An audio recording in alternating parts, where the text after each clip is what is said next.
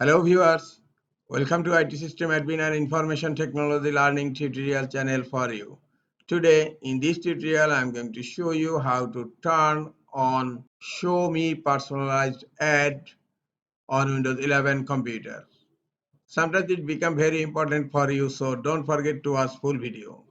To turn on Show Me Personalized Ad on Windows 11 computer, click on Start menu, click on Settings.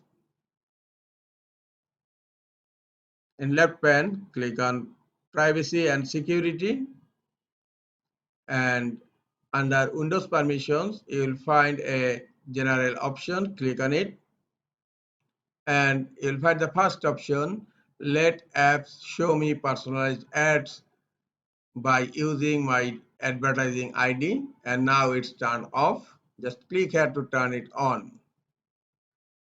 Now, let's app show me personalized ad by using my advertising ID is turned on my Windows 11 computer.